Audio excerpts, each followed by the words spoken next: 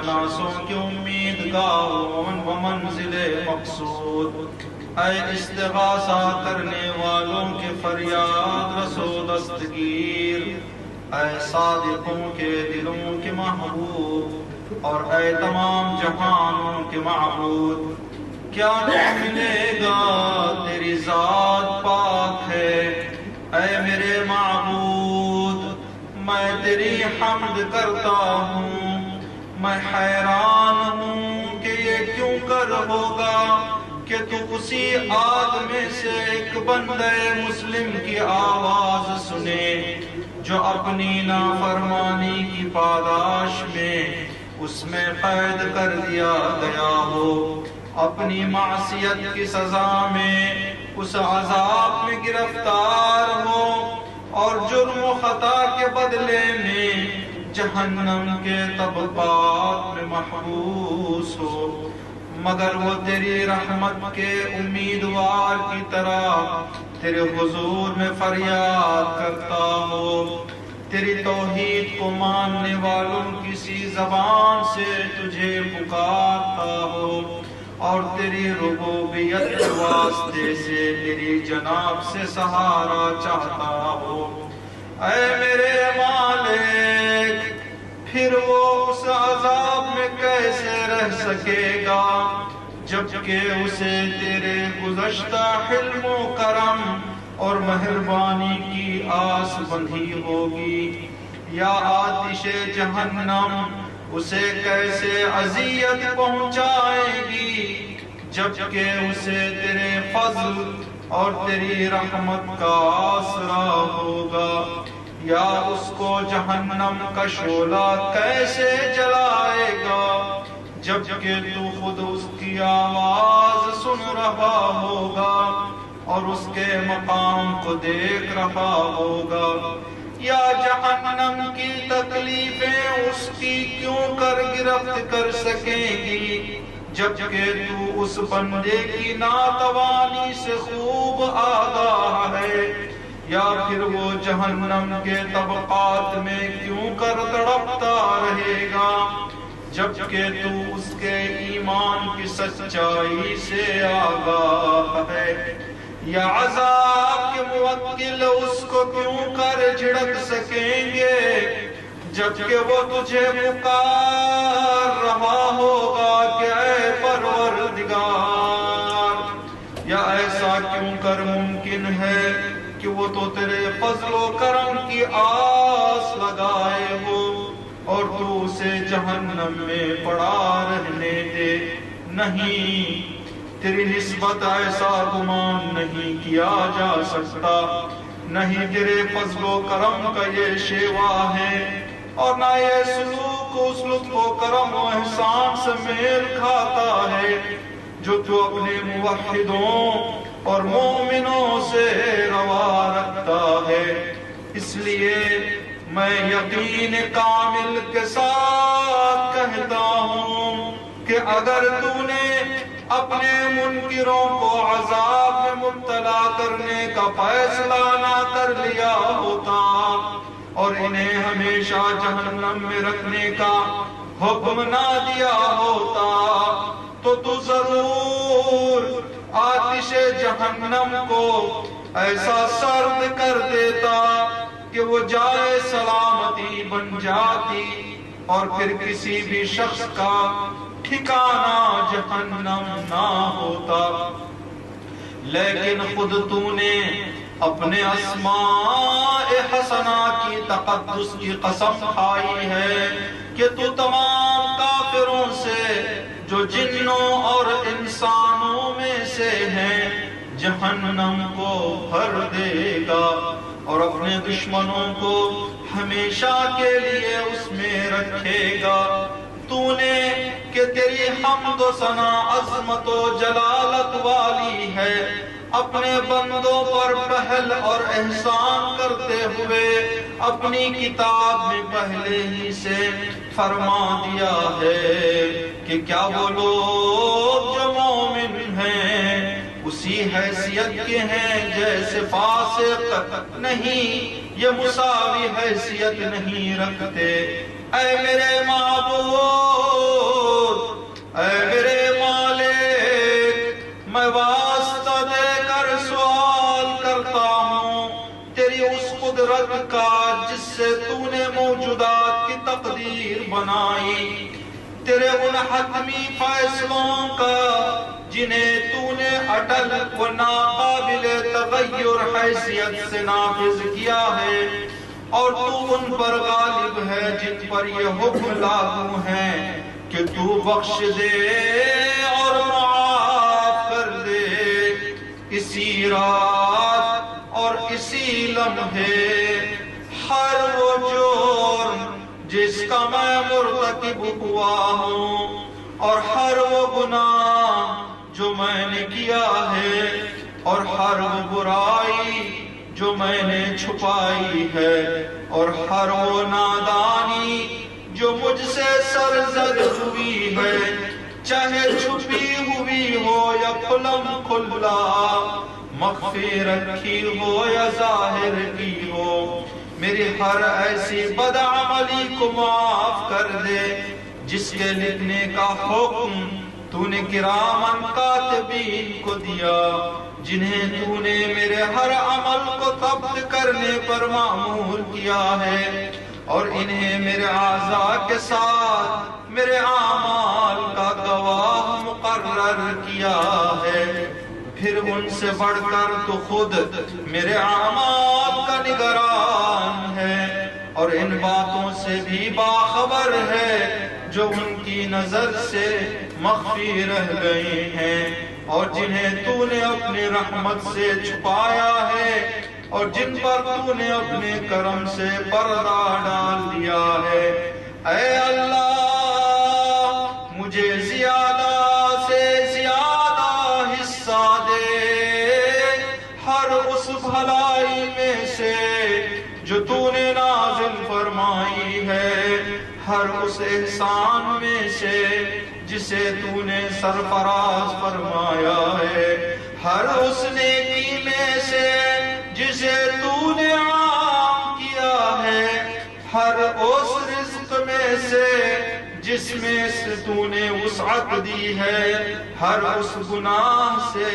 جسے تو نے معاف کر دیا ہے، اور ہر اس غلطی سے جسے تو نے چھپا دیا ہے۔ وَأَن تُوَفِّرَ حَظِّي مِن كُلِّ خَيْرٍ أَنزَلْتَا أَوْ إِحْسَانٍ فَضَّلْتَا أَوْ بِرٍّ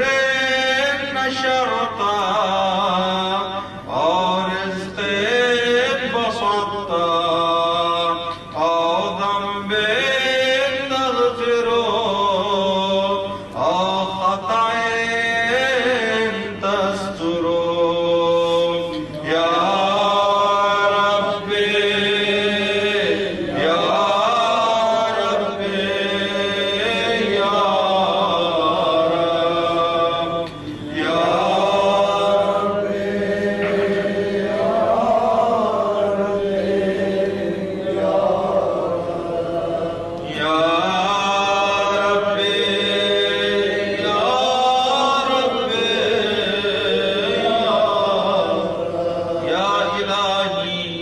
سيدي ومولاي ومالك رزقي، يا من بيده ناصيتي، يا عليما بضري ومسكنتي، يا خبيرا بفقري وفاقتي، يا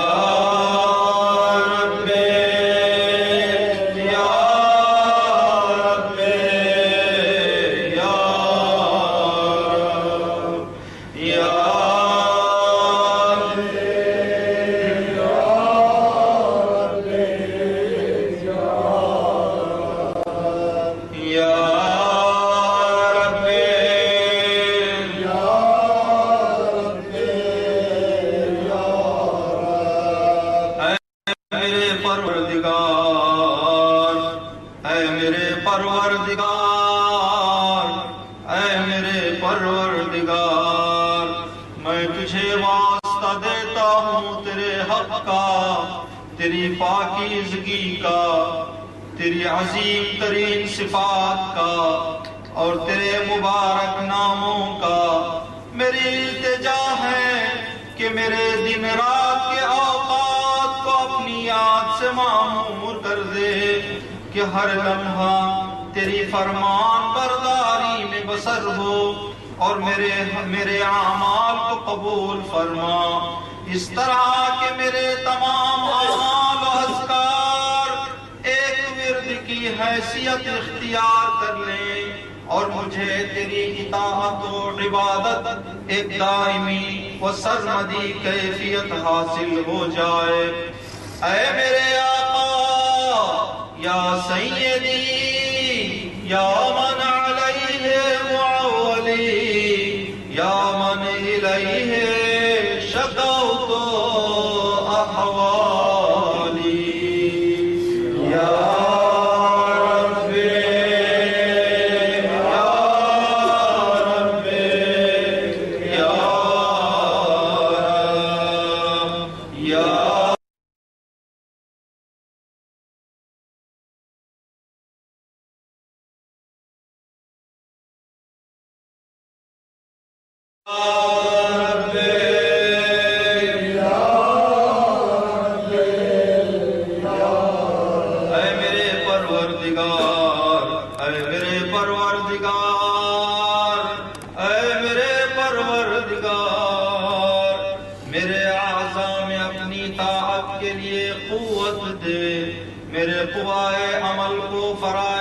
انجام دہی کے لیے پختہ کر دے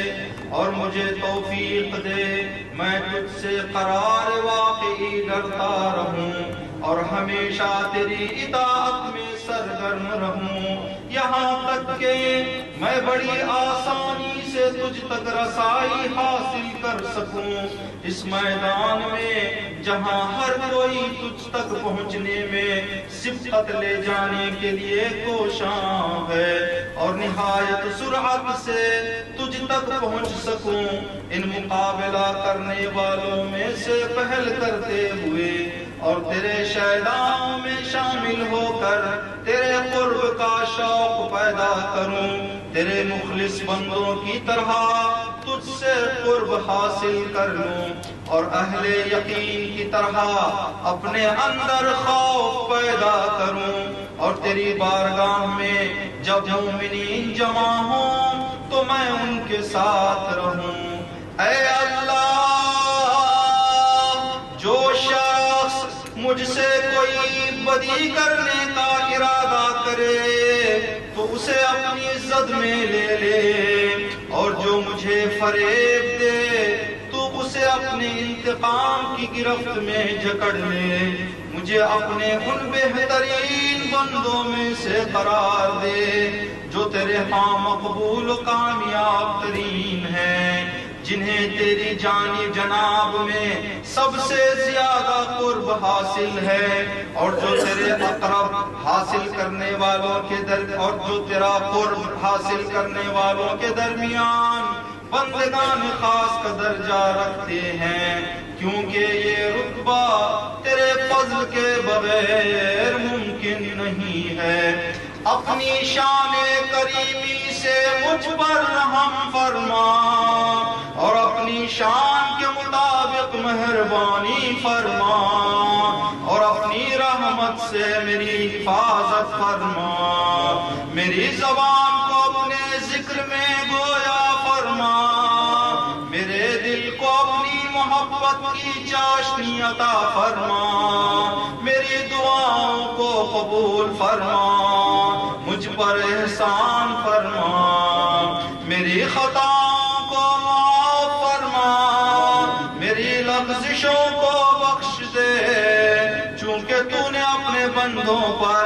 اپنی عبادت واجب کی ہے، انہیں دعا مانگنے کا حکم دیا ہے اور ان کی دعائیں قبول کرنے کی ضمانت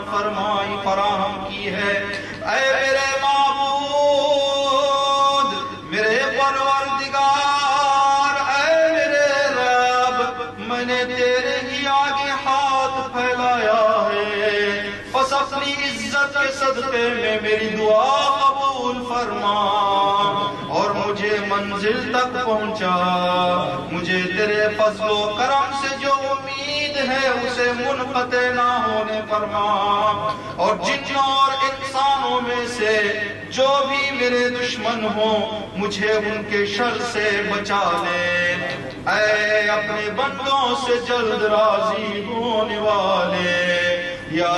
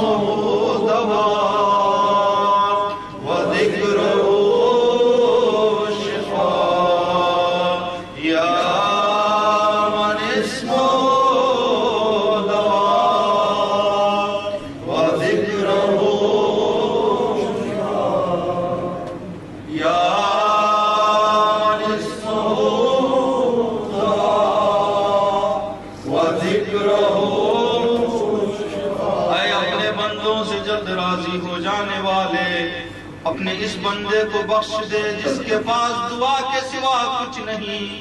یقیناً تو جو چاہتا ہے کرتا ہے تو اپنی مرضی کا مالک ہے. اے وہ ذات جس کا نام نامی ہی دوا ہے اور اے وہ ذات جس کا ذکر ہر بیماری کی شفا ہے اور جس کی اطاعت سب سے بے نیاز کر دیتی ہے. اس پر رحم کر جس کی واحد پونجی تیرا آسرا ہے اور جس کا سامان دفاع گریہ وزاری ہے. اے نعمتیں عطا کرنے والے منعم حقیقی، اے دکھ درد کے دفع کرنے والے، اے ان وحشت زدہ بندوں کے لیے روشنی جو تاریکیوں میں گھرے ہوئے ہیں. اے صاحب علم جسے کوئی اور علم نہیں دے سکتا، محمد و آل محمد پر رحمت نازل فرما. صلی علی محمد و آل محمد وفعل بی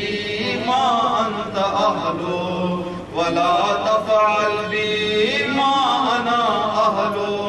وصلی اللہ علی رسولہ والائمۃ المیامین من آلہ وسلم